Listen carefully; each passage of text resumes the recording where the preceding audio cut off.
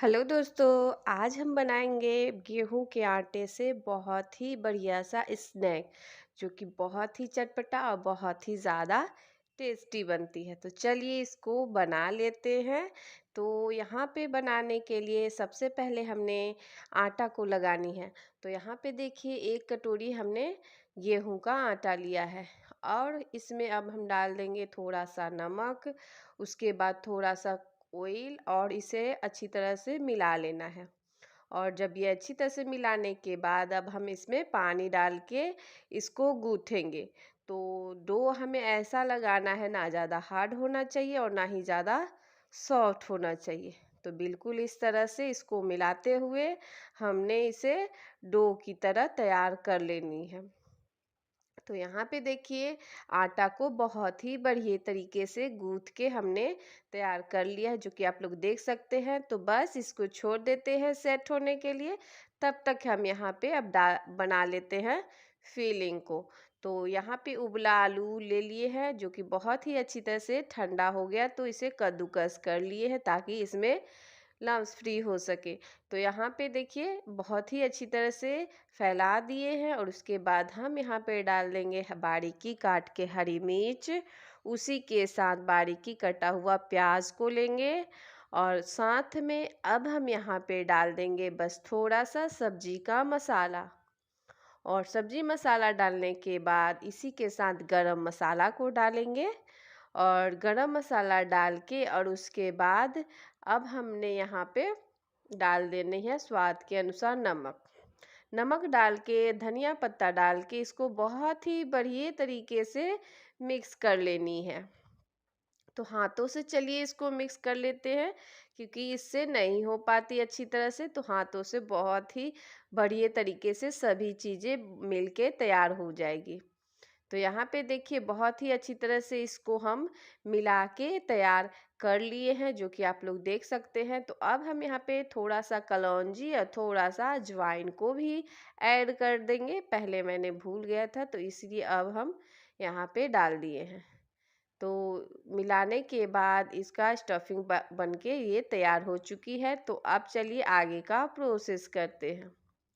तो यहाँ पे देखिए एक हम कटोरी लिए हैं और उसमें अब हम यहाँ पे डाल देंगे थोड़ा सा गेहूं का आटा और उसी के साथ थोड़ा सा मैदा को भी डालेंगे। अगर आप गेहूं के आटे से ही बनाना चाहते हैं तो वो भी आप बना सकते हैं। दोनों को बहुत ही बढ़िया तरीके से मिक्स कर लिया मैंने और मिलाने के बाद अब हम यहाँ पे डाल देंगे धनिया का पत्ता।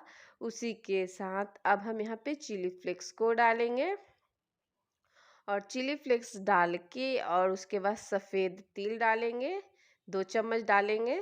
और सफ़ेद तिल डाल के थोड़ा सा इसमें भी हम नमक को ऐड करेंगे और डाल के इसको एक बहुत ही बढ़िया सा घोल तैयार करेंगे। तो पानी डाल के और इसका घोल हम चलिए तैयार कर लेते हैं और बहुत ही अच्छी तरह से इसको मिला के तैयार करेंगे। तो यहाँ पे देखिए और घोल को आप लोग देख सकते हैं, बहुत ज़्यादा गाढ़ा भी नहीं रखेंगे और बहुत ही ज़्यादा पतला भी नहीं रखेंगे। तो देखिए थोड़ी ये गाढ़ी है तो थोड़ा सा और हमें पानी को डालना है, क्योंकि गाढ़ा है थोड़ा सा। बस और इसको डाल के और इसको बहुत ही अच्छी तरह से लम्प फ्री करके और इसका घोल को हमने तैयार कर लिया है। और उसके बाद अब इसको हम साइड में रखेंगे और घोल को आप लोग देख सकते हैं बहुत ही अच्छी तरह से तैयार है। तो अब हम चलिए आगे का प्रोसेस करते, क्योंकि घोल भी बहुत बढ़िया तरीके से तैयार है और आटा भी यहाँ पे तब तक सेट होके आ गई है। तो चलिए इसको मिला के और इसका 2 लोइयों को हमें तोड़ लेनी है। बस 2 भाग में इसको बांट लेनी है और एक बड़ा सा इसका पेड़ा बना लेना है।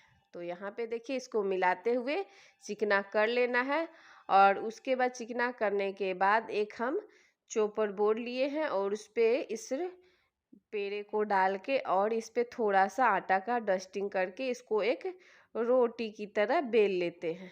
और रोटी ऐसा होना चाहिए, बहुत ही ज़्यादा मोटा नहीं रहना चाहिए, पतला भी ज़्यादा नहीं रहना चाहिए।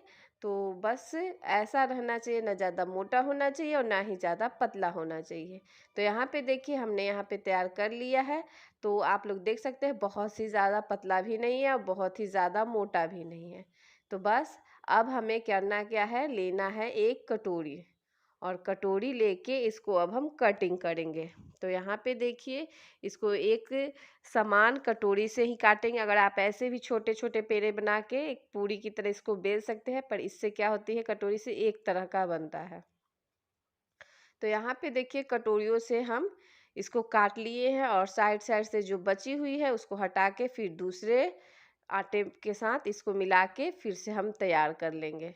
तो यहाँ पे देखिए, इसको अब हटा के और उसके बाद जो पूरियाँ हैं उसको अब हम क्या करेंगे, अब जो फिलिंग बना के रखे हुए हैं उसमें इसको यहाँ पे डालेंगे।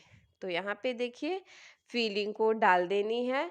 तो यहाँ पे बहुत ही ज़्यादा फिलिंग नहीं डालना, बस थोड़ा सा ही डालना है और इसको पूरे में फैला देना है। तो बिल्कुल इस तरह से इसको फैला के और उसके बाद इसको फोल्ड करनी है।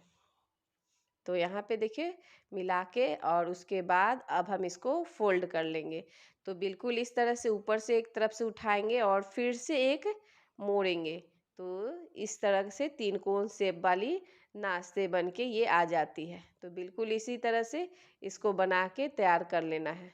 तो चलिए हम पूरे बना लेते हैं और बना के फिर लेके आते हैं। तो यहाँ पे देख सकते हैं, नाश्ता हमने पूरा बना के तैयार कर लिया है।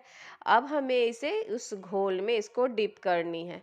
तो चलिए उस घोल में इसको अब हम डिप कर लेते हैं और यहाँ पे फिर से इसको मिला देते हैं और मिला के एक एक करके नाश्ते को इसमें डाल के और निकालना है। तो यहाँ पे देखिए, एक एक करके अच्छी तरह से इसको डिप करेंगे ताकि जब हम फ्राई करें तो जो इसमें फीलिंग है वो बाहर नहीं आए, इससे ये होती है। तो अब चलिए फ्राई करते हैं। तो तेल हमने यहाँ पे गरम होने के लिए डाल दिया था पहले से। अब हम एक एक करके नाश्ते को डालेंगे और जब तेल बहुत ही अच्छी तरह से गरम हो जाए तब यहाँ पे फ्लेम को लो कर देनी है और लो फ्लेम में ही इसको तलना है ताकि बहुत ही ये क्रिस्पी हो के आए। तो यहाँ पे एक बार में जितना आ सके उतना हम यहाँ पे डाल देंगे और थोड़ा गैप करके डालेंगे और डाल के इसको अब हम मीडियम फ्लेम में ही इसको तलेंगे। तभी अंदर तक ये जो लेयर है सभी बहुत ही अच्छी तरह से पक के आएंगे।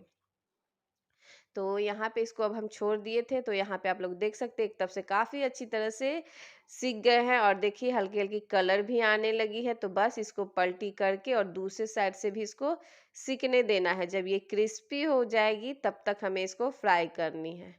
तो यहाँ पे उलटते पलटते हुए इसको अब हम फ्राई कर लिए हैं और ये आप लोग देख सकते हैं दोनों साइड से बहुत ही अच्छी तरह से सिक गए हैं। तो अब हम यहाँ करना क्या है, इसको इसी तरह से चलाते हुए और जो फ्राई हो गई है उसको अब हमें निकाल लेना है, क्योंकि ये क्रिस्पी अंदर तक ही फ्राई हो चुकी है। तो निकाल के और दूसरे को भी निकाल के और दूसरे बैच को भी फ्राई कर लेनी है। तो चलिए पूरे नाश्ते को हम निकाल लेते हैं और निकाल के जो बाकी भी बचा हुआ है बिल्कुल इसी तरह से लो फ्लेम में ही पूरे को तल लेते हैं। तो यहाँ पे देखिए, नाश्ता हम बना के तैयार कर चुके हैं, जो कि आप लोग देख सकते हैं गेहूं के आटे से ही बहुत ही बढ़िया सा ये स्नैक बन के तैयार हो जाती है, जो कि देखने में बहुत ही ज़्यादा खूबसूरत लगती है और खाने में तो चटपटा है ही। तो इसे हमने धनिया की चटनी के साथ सर्व किया है। तो यहाँ पे आप लोग देख सकते हैं कितना ही ज़्यादा, अगर समोसा कचौरी खाने के आप लोग शौकीन हैं तो ये नाश्ता आपको ज़रूर अच्छी लगेगी। तो यहाँ पे देखिए, आप लोग को हम तोड़ के दिखाते, अंदर से भी बहुत ही बढ़िया तरीके से पकी हुई है, ऊपर से क्रिस्पी अंदर से सॉफ्ट रहती है। तो आप लोग को ये मेरी रेसिपी कैसी लगी हमें ज़रूर बताएं। फिर मिलते हैं आप लोग से नेक्स्ट रेसिपी में। Thank you for watching video.